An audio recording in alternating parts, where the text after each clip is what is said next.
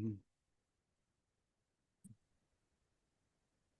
Hey everyone, so welcome to the Banh Chronicles podcast. My name is Randy Kim, and today, well, we are wearing the same shirts. I swear to God, we did not plan this, but also solidarity.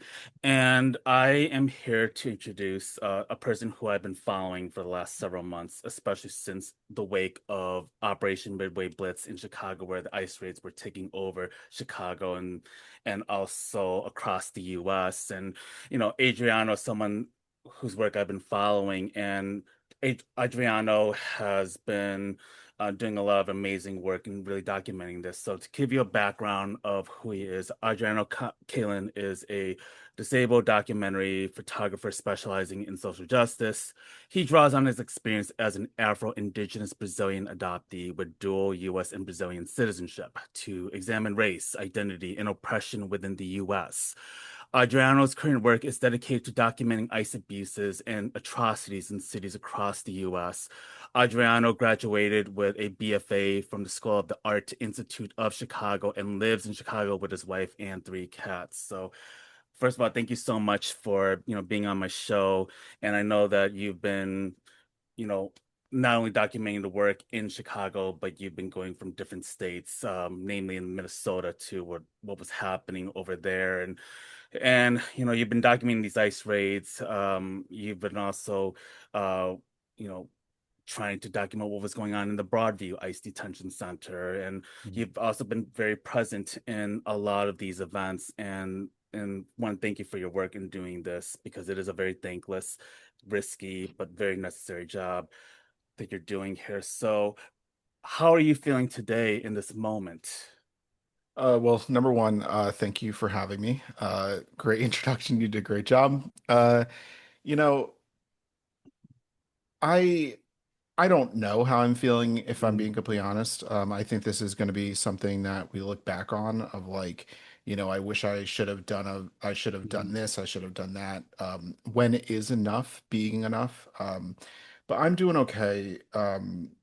I think I'm with most Americans here as well as internationally abroad that just hoping to wake up for some good news, whether it's just a feel good story, whether it's just some sort of hope. Um, but yeah, it's just I asked my mom this mhm, when I was with her the other day, and I was like, "Did you ever see me doing this work?" And she was like, "No, I know you wanted to help people, but I didn't mhm, see this track for you mhm, following school." Um, but you know, you just got to take it one day at a time because if mhm. you try to look too much in advance, I find I just get too overwhelmed.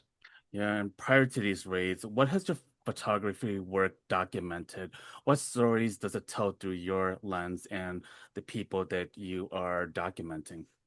Yeah, so I think it's also really important to have like a ground basis of like the Mhm, difference between like photojournalism and documentary photography because a lot of people, especially not in this field, aren't aware of the difference. So photojournalism, as its very nature, you will get sent by an editor to cover something like what's happening at a courthouse with ICE. Then you might get sent to cover something in a neighborhood. Then you might get sent doing something completely different in a complete different basis. So you don't really stick to one theme. Documenting photographers may mhm, stay on a theme for a week, a month, years, decades. They really kind of work on a whole thesis of what their work wants to do. So my work as a documentary photographer is not just immigration, but civil rights, human rights, gentrification, redlining, really giving voice to a marginalized community. Because especially in the photography world, photography as its own art medium is um, it's an expensive medium. mhm, Let's just call it what it mhm, is. Yes, granted, everyone has cell phones these days, but even a good cell phone, you're looking at what, $500 to $1,000 on a good day. There is this barrier of accessibility that mhm, photography lends itself to. And no fault to its own. It's just the technology, especially with the materials, the tariffs, et cetera, mhm, that to get into this field, it's gatekeep by wealth. mhm, Um, So really, at least from my standpoint, I think it's really important that immigrants, which I am an immigrant by its very definition, are also able to tell their own story, not have the story told for us. Mm, That is always something that, from a photojournalism standpoint, you know, you have these situations where people will document what's happening, but then not really be understanding the actual ground roots of how it got there in the first place. mm. I really appreciate you being able to draw on that experience and when the ice raids began to happen, what was the process in which you were about to go into this work, which obviously when there's chaos that was happening during that time, what did that look like for you in preparation and having to navigate? Because I know you've done a lot of documentation, like with the Gaza protest or Yep. with other social events or with, historical political events that are very charged. And what was that? What was the process like in trying to get that together? Yeah, so that's a really good question. That so the original like the first protest that I ever went to as like far as documenting was after October in 2023 regarding the Gaza Strip and what was happening there. Which I would, go down to the Loop, which that's the downtown area of Chicago, document. And that was when I was just graduating, getting my BFA in school. So I was kind of mixing what I was seeing in real world with also making like a thesis for school. Um, so I was getting critiqued by professors at SAIC. So the fact that, I was kind of being guided of like, all right, this is what you need to look for, this is what you need to do, yada, yada, yada. But as things started to escalate, especially when Trump won the presidency, that's when things really shifted. And what I mean by that is that under the Biden administration, there was always an understanding that, all right, you can have your First Amendment right, things might escalate, but Mhm, there was some sort of decorum between, protesters, the police. Yes, mhm, can things get out of hand? Of course. Um, but under this administration specifically, when I started documenting at Broadview, that's when the shift really started happening. So I started documenting in Broadview roughly of June/May of 2024. Um, and at that point, um, this was even before the Broadview building was even boarded up. This was before the gate was up. This was really where you could literally be right in front of the building. So this Kristi Noem was at that time was the Secretary of Homeland Security at that point. And then once Greg Bovino came into can you hear my cats by the way? oh no, Oh, okay. I was it's all like, good. yeah. Um, so once Greg Bovino came in, and there was really this theater of, hey, we are going to make pretty much a mockery of Chicago with Operation Midway Blitz. That's when my wife was like, hey, things are really escalating. And some of the safety things that I ended up taking in response to that was getting HEFAT trained. So there are special journalists around the country which are HEFAT trained. HEFAT stands for Hostile Environmental First Aid Training. So the fact Mhm, that, God forbid, if I'm shot or if I'm wounded, or mm, even a colleague, I know how to use a tourniquet. I know how to save someone's life. So the fact that paramedics can get mm, there in time, or hopefully get there in time. mm. Um, but there was a sheer escalation where just everything seemed to be performative.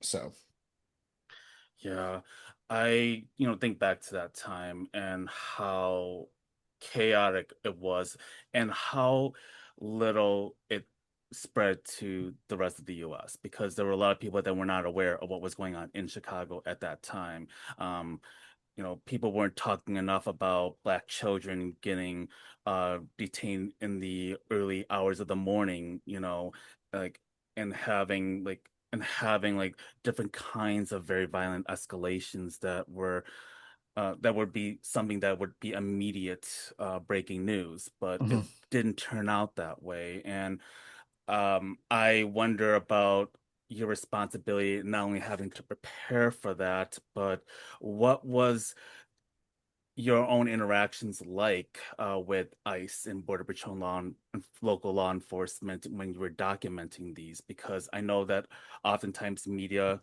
is generally a big target, as we saw what happened with Gaza and how many press journalists were getting killed Yeah. daily on a daily, and what's going on in Russia, where a lot of, the journalism was getting shunned out. So I wonder about what did the safety really look like for you in having to be out there and then also witnessing community members getting attacked and getting arrested.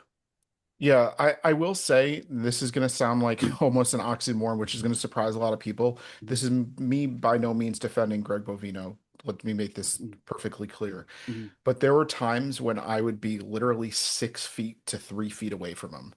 Like we could have pumped hands if we wanted to. We did not, just to be just to be clear. mhm, But he would look at me, I would look at him because I'm obviously documenting, and I could see him just mhm, seething of like this brown man is taking my fucking photo. mhm, You can feel the hate of other ICE agents that look right at you.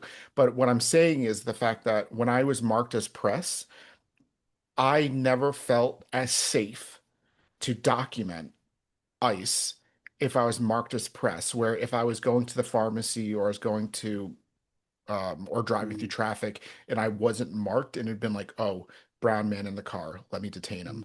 mhm, mhm, There was, and I think it was very much a decision on Greg Bo. This is just my personal mhm, opinion. I think it was very much on Greg Bovino's benefit that he wanted everything documented. mhm, Um, that he wanted that performance, the tear gas, mhm, the flashbangs, he wanted that mhm, theater.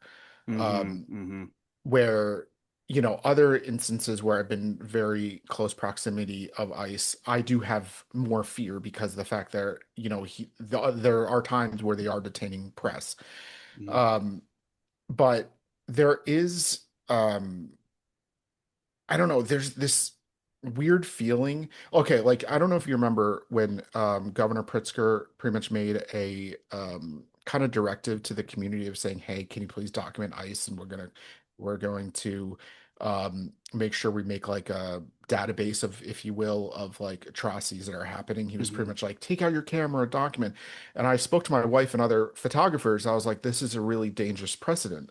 Not because mhm, people can't photograph. Everyone has a right to photograph in public, but to be able to like it's hard enough for people to take a selfie who are not trained photographers, let alone be like, hey, let me get tear gas or flashbangs going off in your face and hold the camera still. And also, it's the fact that the state was like, hey, please get this documentation, but we're also not going to offer you any legal aid, mhm, puts people at, great risk. Um, but the even with what's happening in Delaney Hall being in Newark, New Jersey, in mhm, Essex County, under Mikey Sherrill, sorry, Shirley, I was seeing the exact same government tax tactics that ICE was using, than the state police were using. mhm, And there's this always this, and I feel like a lot of people here who are not in these spaces, oh, ICE and Border Patrol are harassing or tear gassing or whatever verb you want to use or adjective. There's this understanding that the state and the city, from a lot of Americans, think that they do the correct job. And then ICE and Border Patrol are the ones manufacturing the crisis. And I will be the first one to tell you that is false. mhm, um, the state and local officials make it so the fact that ICE and Border Patrol can um, exhibit their authority however means they want to. And mhm, then if you retaliate, you're the one being arrested. And mhm, what I always tell people in these scenes of, where people are risking their lives taking the photos, always look at the body language. Look at where the police are facing. Are they facing the crowd or are they facing ICE? That will tell you definitively who they are protecting, who they are offensive and who are they mhm, defensive against. Um, and the more you do this work, you never want to become immune to it because I think that's also really dangerous mhm, in its own mhm, nature. But The thing about documenting ICE and Border Patrol is there's no rules. You could just look at them wrong. You could just stand a little bit too close. There's no um, like when we think about law and order, we think about our constitutional right to protest. There is, in Chicago, at least from what I've noticed, it has been some of the most organized protesting in the sense from Mhm. local officials to the police to the community, etc. And like even for example, in Newark, I asked the state police and the Newark police and the Essex County. So a lot of people aren't aware of this. There should be a police liaison. There should be a police liaison from the police to the protesters. So the fact that if the police have an order, there's a liaison, communicating the directions to the protesters and vice versa. So there's that kind of like in between middleman. So the fact that, things go Mhm. smoothly. And Chicago, from what I've seen under Mayor Brandon Johnson, has done a very good job with this, where they have community liaisons. So the fact that things don't get out of hand and they're trained to not escalate.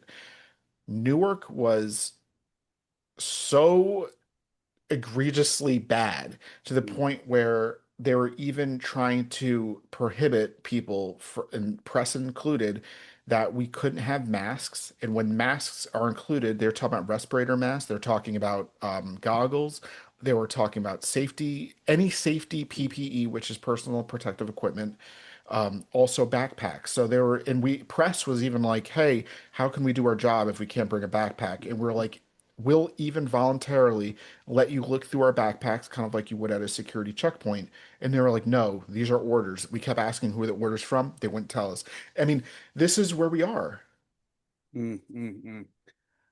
Whew, there's a lot to unpack there. So, And yeah, yeah, no, there is because I'm just trying to process this information too. And when you like observe community members, the protesters, especially like in your neighborhood or like in other parts of the Chicago neighborhood, what is it like to try to document what's going on with the protesters who are being attacked or being confronted, but also trying to preserve their safety? Because we do live in a yeah, very highly surveillance state, especially with GPS, with AI, and yeah, yeah. surveillance cameras everywhere you go. So I wonder about what does it mean in an ethical standpoint when you're trying to, document protests and confrontations and escalations that are happening, and how do you also preserve the agency of those who didn't consent nor necessarily consent to being documented.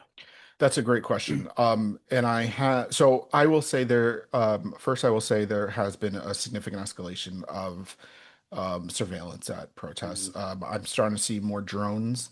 Mhm. I'm starting to see more flock cameras. Flock cameras, for the people who aren't aware of, they kind of look like a camera that's on top of a pole that's pretty much hooked up to a box that, it doesn't say flock on it, but it will say like Newark police surveillance, you're under surveillance, etc. Mhm. Um, we certainly live in a world where AI has been escalating, where especially Palantir. But I want to bring up to context to this photograph here. Mhm. This is a photograph that I took. It was in October, but it was one of the months following October, after what happened in Gaza.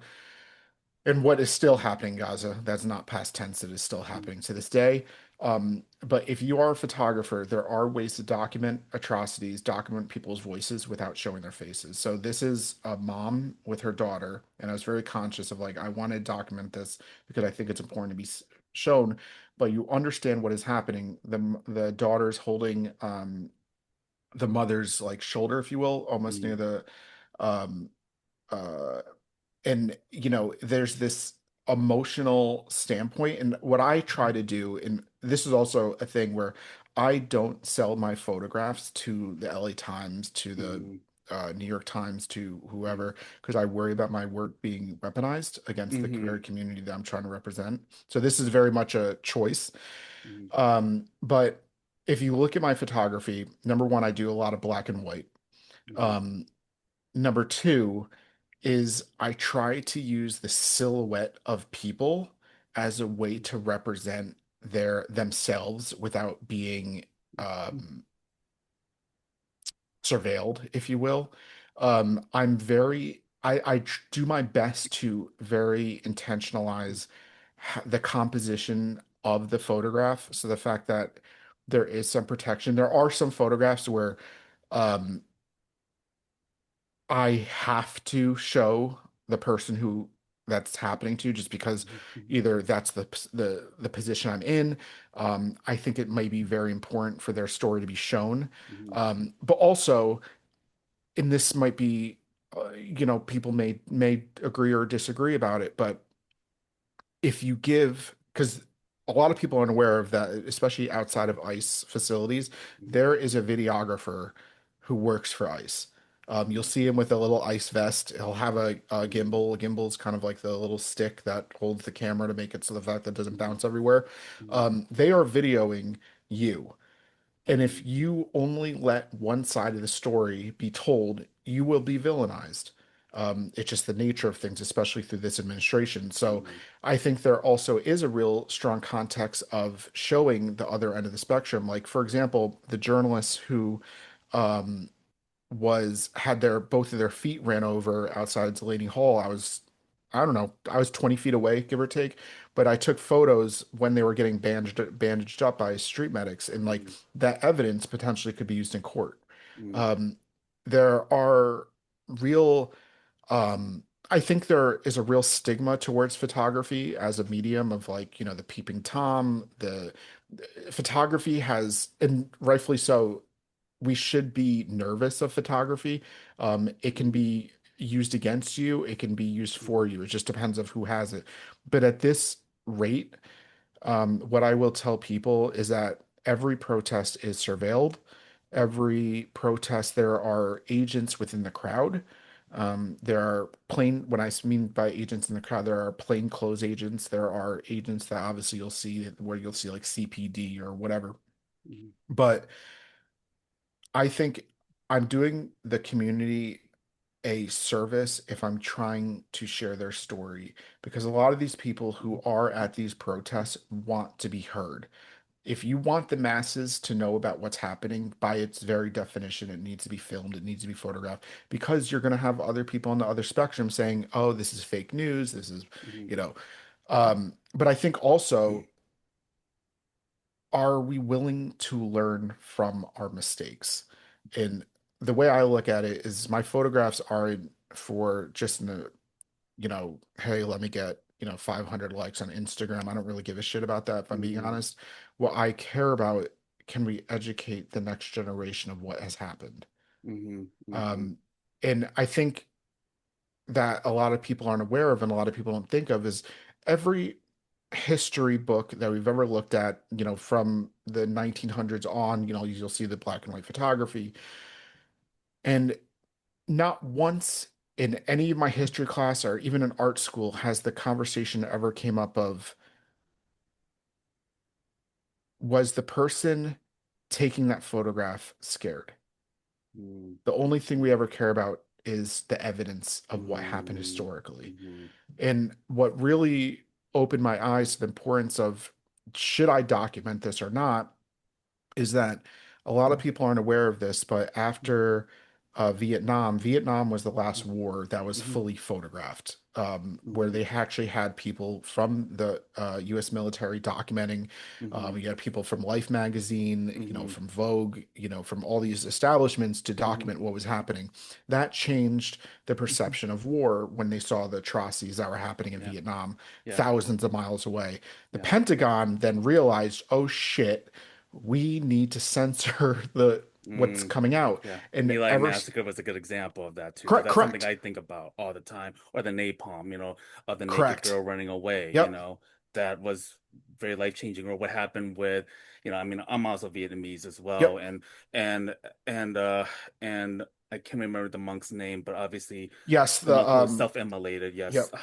Yeah, I think I can, I know I know. I can see the photograph, and I know. I I know. can't think of the photographer, and I can't think of Yes. the monk's name, because it was absolute by chance that that Mm-hmm. photograph was ever taken, because he Yes. wasn't supposed to have his camera with him in the first place. Mm-hmm. But we live in a world where the Pentagon realized the importance of photography and started censoring it. So there's that combat. And also, a lot of people are aware of, I've said this previously in other posts and whatnot, but after the 1921 Tulsa massacre of Black Mm, Wall Street, one of the first things the police departments did was raid the photo labs. Photography is mm, evidence.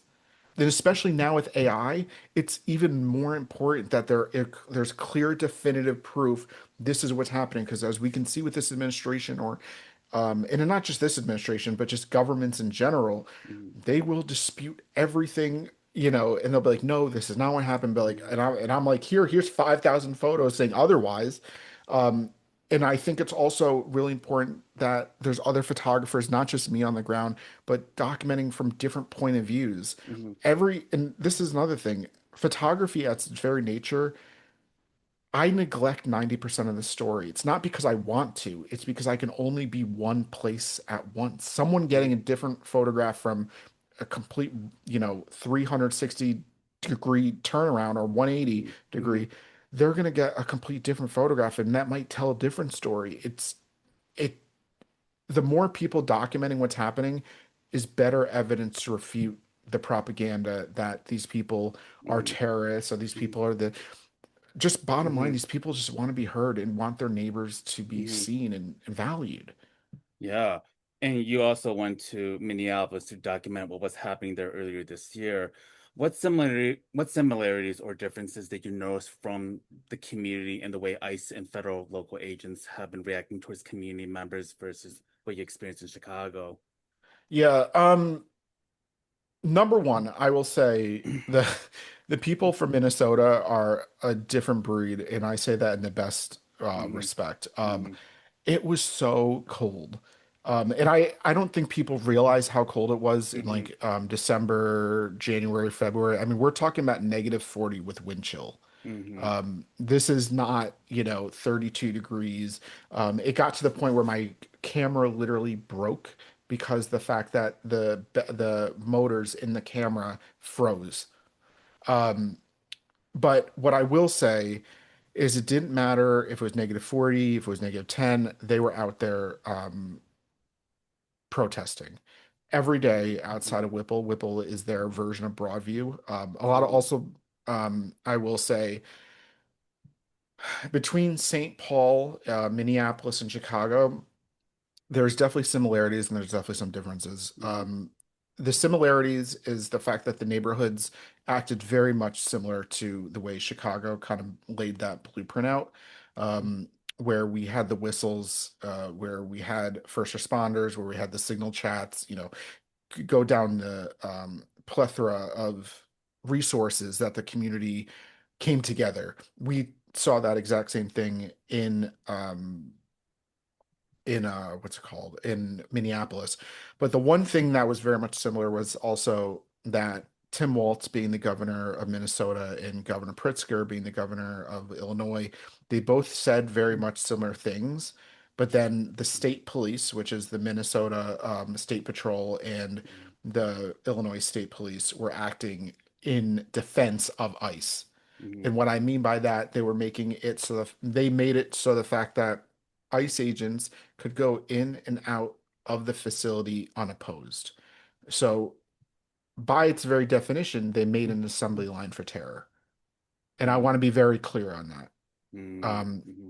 Hmm. because when ICE originally came into Chicago, and when I say in Chicago, but in Chicagoland, and then also in the Broadview Center, that was when, the press, as well as journalists, as well as protesters were getting tear gas as well as clergy. A lot of people were very much willing to get hurt. So the fact that they were using more resources away from the neighborhoods, people were willing to go and be like, listen, shoot me as long as you're not hurting my neighbor. And that's something that I think gets overlooked. And then Hmm. when the state was like, all right, there's too much chaos, there's too much, this is not looking good on our part, they made it so the fact that ICE could go in and out, we had no idea who was being taken. We didn't know the license plates. We didn't know um, any of this information. But but I think that a lot of people also aren't aware of that. It is so hard. It's very easy to document outside the facilities, it's not hard because it's one place. Mm-hmm. It is unbelievably hard as a photographer to document ICE in action. Mm-hmm. Um, as you well know, Chicago takes, if you want to go from one neighborhood to another, it might be 5 minutes, it might be a half an hour. You don't know. Mm-hmm. Um, and it's the Chicago being 77 different neighborhoods. Um, it is very hard to document what is happening in real time. That's Mm-hmm. why you don't see as many professional photos of ICE detaining people like in out in the neighborhoods. You see it mostly outside the facility because Mm-hmm. that's where it's easier to do it.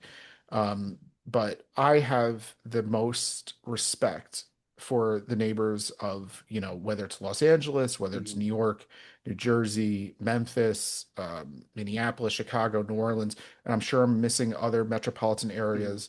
Um, but realizing the fact that we're all going through the same thing um, is it makes you feel less alone, but Mm-hmm. also it's horrifying. Mm-hmm. Yeah, and I think one of the things that we were talking about before I hit record is that you were also traveling from state to state, and you were also trying to keep an eye on what was going on from a more ex-urban, rural area, small towns that obviously are not getting the kind of traction that, say, a Mhm. Minneapolis or North or Charlotte was getting or Chicago was getting. So, what was your experience in, going to like between states and different towns, like in Wisconsin or whether it's in North Dakota or what have you? Yeah, so one thing I think is really important. So I was with two other photographers, Ken Cook Jr., who's a phenomenal photographer in his own right. He does a lot of work in the west side of Chicago, and Dylan Yarborough, who does great work as well. And we did a road trip from Chicago all the way to New Orleans, which is pretty much down I-55, Mm-hmm. for those of you not in the Chicago area. But we went through Missouri, we went through Mississippi, Louisiana, Arkansas, Tennessee, and obviously Illinois. And what was shocking to me, I didn't see one Trump sign. Not one. Not one. The only place I've ever seen like Trump um signs were rural Wisconsin when I was Mm. going from Minnesota. And I've seen it in the Northwest. I definitely have seen some in Northwest Indiana, yeah, like in didn't see Belleville. any. Yeah. Mm-hmm. And we took some of the, like, sometimes we were on the interstate, sometimes we went the back roads, but we really noticed a huge difference in just the political Mm-hmm. climate. Mm-hmm. Um, but it is such a weird feeling because if you look at a map, the United States is gargantuan. It's Mm-hmm. huge. Um, but these instances where immigrants or protesters or citizens are now being abducted, they're happening in pockets. You can be in a small town 20 miles outside of Chicago and you'll never know any of this is even happening.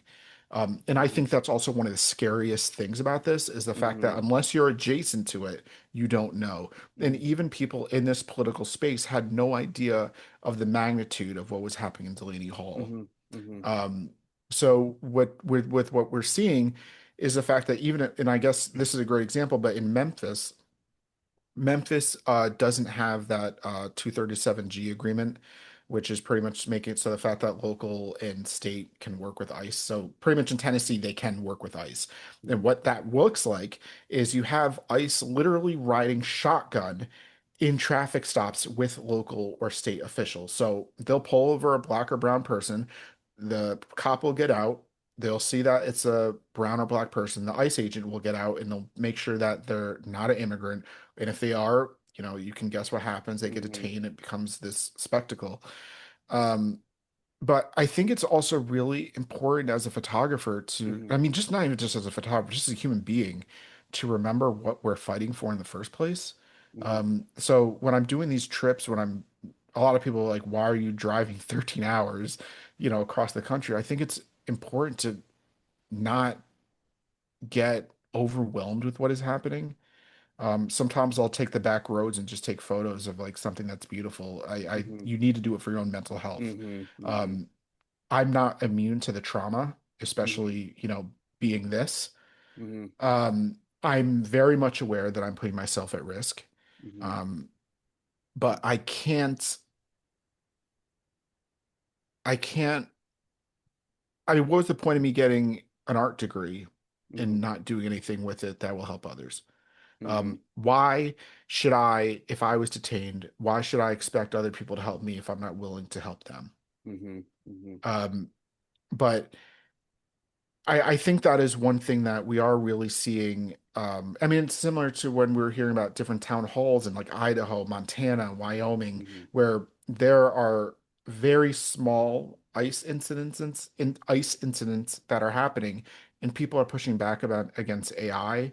People are pushing Hmm. back against these town halls to the point where the executive branch and the legislative branch were like, "Hey, Republicans, stop doing town halls." Like that, And that's where data we are. centers. And I Yeah. don't know if you noticed that, but like data, like there's no data centers signs in a lot of the rural communities I've been seeing when I would be driving. I'm like, Yep. then that's very telling too, to Yep. see to see where their voices are at with this. Yeah. So I think um I don't know, it's very weird because like, I'll go to different pockets of the country and then I have to, check in with my wife of like, hey, I'm alive, I'm safe. Hmm. And there's times on Threads, which is like a meta platform, which I Hmm. will literally say out loud because I have quite the following. I'll say, hey, Hmm. if you don't hear from me by 1 a.m., there's something wrong. Hmm. So like I'm being detained, I'm being illegally searched, whatever it may be.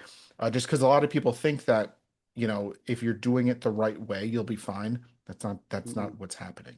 And has that ever happened to you where you were like, where people haven't heard from you for like a couple of days? And yeah, I'm curious about that. Yeah, so far, no. Hmm. The one situation that did happen in Delaney Hall, and I think it's either June 1st or May 31st. It was either the second or third day I was there when the curfew was still up at 9 p.m. Um, there was a point where the medics were like, "We need to leave." Um, excuse me. They're going to arrest everyone. This is not safe. They have horses. They're going to beat the shit out of you, pretty much. And I called my parents and I was just like, hey, are you okay with me getting arrested? What do you think I should do? Because again, I am a US naturalized citizen. I'm at more risk of, whatever this administration wants to do just for using my voice. Um, and my parents are like, I don't think this is worth you getting arrested. And I went with what my parents said, and I have regrets of not being there, but Hmm. also they could use just a traffic stop as a reason to be like, oh, you should be denaturalized. Because that is a very much a Hmm. thing that's happening right now is Hmm. denaturalization from a push from the Department of Justice. So whether it's under Mark Wayne Mullen or Christy Nome, which is the Department of Homeland Security predecessor, it's there hasn't been a situation where I've ever thought I was going to get detained. Hmm. Um, I've thought more I'm probably going to get hurt rather than Hmm. get detained, just Hmm. from the odds of a projectile coming at me, which in Delaney Hall that did happen when a flashbang went off, like, I don't know, a foot, 2 feet away from me. When where we are with this is like the Human Rights Watch or the Freedom Press Foundation has contacted me and other journalists of like, this needs to be documented, what happened, et cetera. Like, this is where we are. Hmm. You mentioned about living with disabilities and how it impacts the work that you do and your interactions with people. So, what does being a disabled immigrant, documentary photographer, mean to you in the world that we live in? Sure. Well, I will say we've heard this term invisible disability, or some Hmm. people have. A lot of people think if you're disabled, you have to have the conventional Hmm. ideas of like, you're in a wheelchair or, Hmm. you have something physically that someone can see. Hmm. There are physical and mental disabilities. So Hmm. I'm very open about my disability. So I have Hmm. a traumatic brain injury Hmm. from a car accident that happened in 2014 from an impaired driver. Hmm. I also have this is going to sound weird, but I have a spinal cord stimulator. So I have a computer underneath my skin and then Mm, wires that go up my spinal column that help with pain signals. mm, I also have another device here. So I have like almost two pacemakers under my skin. mm, So like if I'm getting tasered or if I'm getting, beaten, that is a significant health issue. Also, I suffer from executive functioning with my traumatic brain injury. So, like, sometimes I struggle with directions or I get mm, overloaded. Um, mm, but uh, I've been thinking about this a lot, that disability and rights and protesting never come in conversation with each other. mm, Um, we did see some protesting from disability advocates, like at the Capitol. mm, I don't know if you remember this on the Capitol steps. I don't remember when this happened. I think it was like 2, 3 years ago mm, when they were trying to revoke healthcare rights. mm, Um, but there's a very rare discussion of disability and actual protesting. mm, Um, like for example, if you are deaf or you're hard of hearing, there's never any interpreter mm, for the police or for protesters of mm, like, using sign language as a way to communicate. Um, your disability never comes into um, consideration. consideration. Thank you. Mm, It's a very ableist view that mm, pretty much means the fact that if you are able to go to a protest, you're fine. mm, Um, mm. Yeah. and sorry, Oh no, go ahead, go ahead. Sorry the about that. the one last thing I was going to say about this was when I made that comment about the mask and respirators Mm, that happened, there was another journalist adjacent to me um, who was asthmatic, and she was like, "I need to have a respirator," and they were like, "Well, you shouldn't need a respirator if you behave." I'm like, she's like, "That's not my call. I'm a journalist. I'm not protesting. I'm simply there to document what is happening, and I need to be able to do it safely." mm, And they were like, and she even asked, I'm like, do you guys have an ambulance? Do you have EMTs? Like, if God forbid I go into like a respirator or sorry, cardiac arrest, for example. And mm, and it's always like just an afterthought of that. I mean, and we still don't know about what this damage of these tear gas, these chemicals are going to do to us. I mean, sure, could I develop cancer at the age of 45? Sure. mm, And a lot of people also aren't aware of that under the Geneva Convention in 1993, there was a couple chemical weapons ban. Tear gas is like chemically banned in war, but can be used domestically by local and state police as well as federal for crowd control or whatever. mm, But that discussion of, having a disability, it very much is another infringement on people's rights of not being able to use their voices.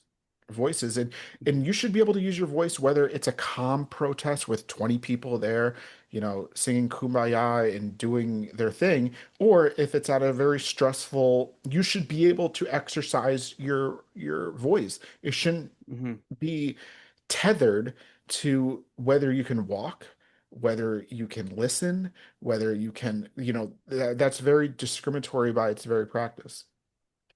It's interesting because, like, in the social justice movement and movement work, disability can get discussed, but it's never really enforced. It's never practiced. It's never really centering those who are the most marginalized, but also with those with intersecting identities on top of disability too. And I think that what I do see that really needs to happen is how can movement work be not only inclusive but also to ensure the safety, to make sure that there are considerations being made, especially for those are who are immobile, who are hard of hearing, deaf, blind, low vision.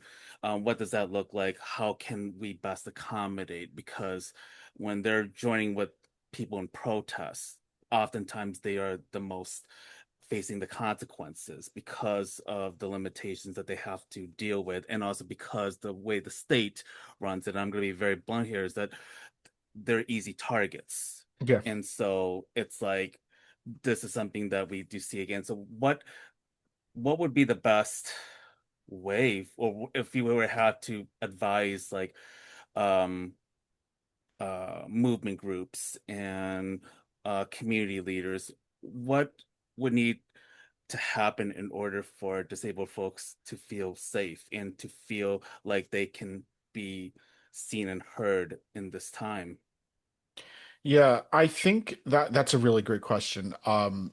I don't know if I have the 100% Hmm. answer, but I can tell you from a very simple thing that Congress or whatever is I think a lot of what makes people nervous in what is happening is there's no clear answers. Hmm. There, from my understanding, yes, you can have your passport or your passport ID card or like, your green card or whatever. The DHS has never, from a congressional Senate hearing, ever said, hey, this is, to be clear, this is what we will find acceptable documentation. Hmm. Um, and where I'm going with this, I think what would make the community, feel safer for people with disabilities or people with or even able bodies is that if there was a clear directive from Todd Holman's the borders are Hmm. under the Department of Homeland Security of kind of laying out the groundwork of like this is what we will consider okay. This is what we consider not okay. And also, it shouldn't matter up to them. And I'm not saying it should, but what I'm saying is that I think it would alleviate a lot of people's anxiety. Um, and I think that there needs to be um, accountability and not just on the protesters being, oh, you're APAC, you're a terrorist, you're going to get jailed for X amount of time. I think people, for them to start feeling better about going to these protests or just in general, is that, hey, they're going to be just as accountable as we are. It has to be a two-way street. Hmm. It can't just be like, oh, well, we're going to imprison everyone who opposes us and we're going to do whatever the fuck we want. Hmm. Um, Hmm. but I think there needs to be a clear hierarchy from ICE, from Border Patrol, from state, from local of like, this is the commanding officer. If you have um any concerns, this is someone who you can speak to, no questions asked. There needs to be some way of doing this safely. And obviously, there also is the other standpoint of like, well, peaceful protests don't work. And we've heard that argument. And then, but there needs to be significantly more resources, whether that's like the National Lawyers Guild. So the fact that people feel like they're actually being Hmm. represented. I think the state should be offering free legal services for people exercising their constitutional rights because it shouldn't, the burden is already on the protester Hmm.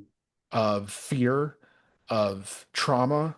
Hmm. The last thing that should be on the burden of them is the medical bills and the legal services that'll Hmm. come along with it. So I think that if these states are very much serious about, hey, this is not okay, then the state needs to shell out resources of actually helping.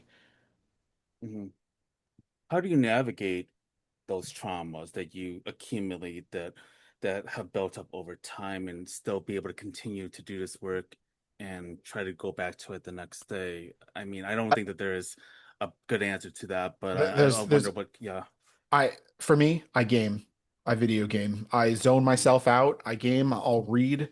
Mm-hmm. I'll watch. One of one of my guilty pleasures is like not rom-coms, but like reality TV show like Love Island. Like Mm-hmm. completely Mm-hmm. mindless. I'm a 2000s VH1 reality TV. Yeah, yeah. It's pretty Nothing bad. wrong with that. Nothing wrong with that. Does VH1 even exist anymore? No, I don't think so. I don't think Viacom really, VH1 and MTV, I don't know where they're at Yeah. these days. I think that they're kind of in the sunsetting Yeah, yeah. stage, but my God, those were the days. But yeah, I'll just do that. I'll take walks and obviously Hmm. like I'll do like a lot of street photography. Hmm. So I'm taking photography, like doing photography. I'll go to like basketball courts and take Hmm. photos of like kids or adults playing Hmm. basketball. Hmm. Um, you have to have an escape. You cannot do this Hmm. 24/7. It is, Hmm. um, and like there's times where I'll like here's an example. I'll go to a different area of the country. I'll be there for a week, week and a half. Hmm. I'll get home. I won't do anything for a week. Hmm. Hmm. I mean, I'll hang out with my wife. I also, I will say this. I'm also in marriage counseling. I'm in Hmm. therapy. You have to Hmm. be in therapy to do this work. So You the do. fact that my Hmm. wife and I have, a common way to communicate about this, because it's not just the stress on me, it's the stress on my family, my friends, Hmm. my wife. Hmm. Hmm. Um, but but yeah, I'll video game. I'll Hmm. game. And it's much easier to do this in the summer. I will say that. Winter is hard. Hmm. It's miserable in the winter. You don't want to do anything. You just want to sleep. Hmm. Yeah, like I mean, what I would do, I mean, obviously my line of work is very different than yours, but like when the ice rays were happening, I was like, "Ah, I gotta do this because I was just coming into the podcast after being away for a while. I was like, if I don't do it, my nervous system's gonna shoot up, and I need to feel that there's hope. I'd like to see what people are doing, Mhm. so that way, like the narrative of us is like we never surrendered. We are fighting back. Right. We're protecting community members. But I think that I think that it was also around the time that I was like, you know what, I am going to be touching grass. If I'm going to be online for a while, doom scrolling or being recording episodes, like I usually will take 2 or 3 hours in silent, be in silence, and I learned that that has been very helpful. Or I listen to a lot of podcasts that are just kind of like fun. I will listen to like nerdy stuff, and actually, I think one of the things I've been kind of introducing is like, okay, well, let me just bring it and let me talk about some of the more funner things that I don't get to Mhm. talk about because I think that there's this responsibility to keep myself sane, to keep this thing going.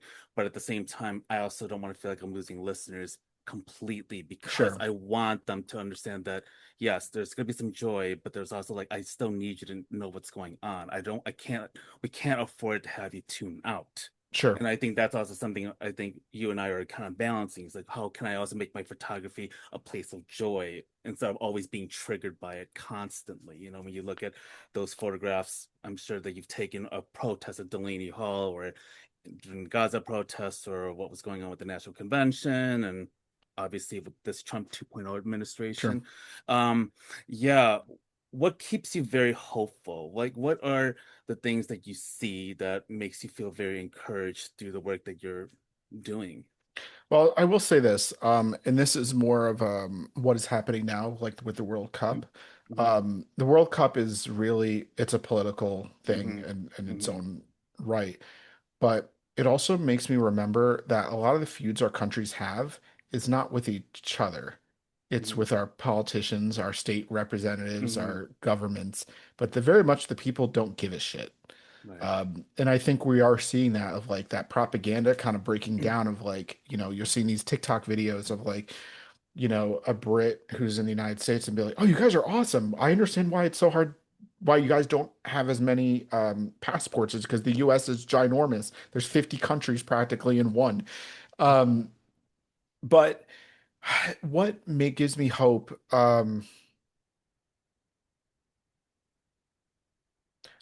I will say there's so much trauma you can document to the point where Hmm. you're almost repulsed by it. Hmm. Um, I've been noticing that lately my composition has been changing where I try to photograph some of the most quiet moments that Hmm. don't seem exciting, Hmm. but might be sometimes the loudest.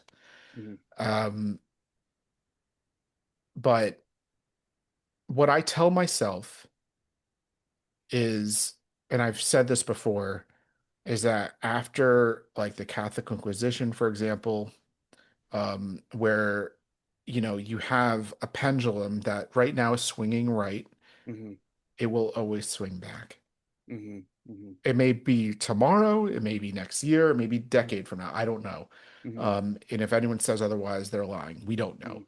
Yeah. Um, Yeah. The Zoran the, Mamdani yeah, effect in New York has also taken place. So, like, yeah, there are certain pendulums that are swinging too. It's like, okay, it's not static, just yeah. because we have a right fascist government doesn't mean it stays that way. I hope it. swings Right. very quickly.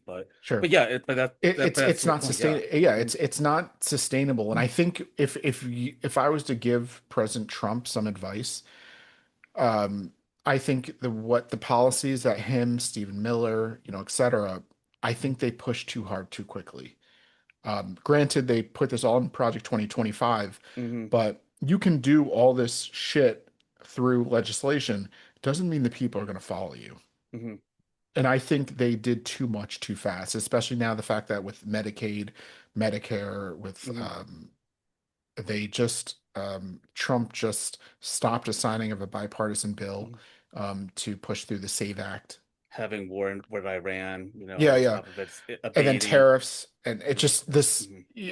and it's just like I think people are getting really like even people who are not political are Hmm. getting really sick of the bullshit.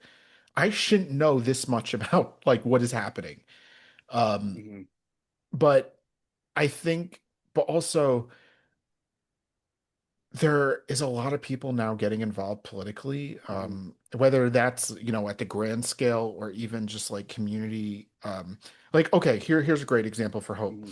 Chicago, when we were having Hmm. Operation Midway Blitz in Rogers Park, Rachel and I just moved to Rogers Park.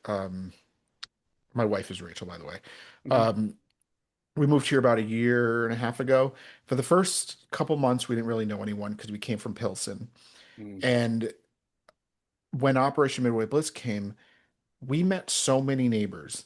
It was like Pokemon Go all over the time of Hmm. like 2016. I Like remember being in Rogers Park, and I remember being in Rogers Park Beach, and everyone was like quietly looking at the Pokemon. I'm like the only one that wasn't getting into it because I was like, "Oh, this is really weird."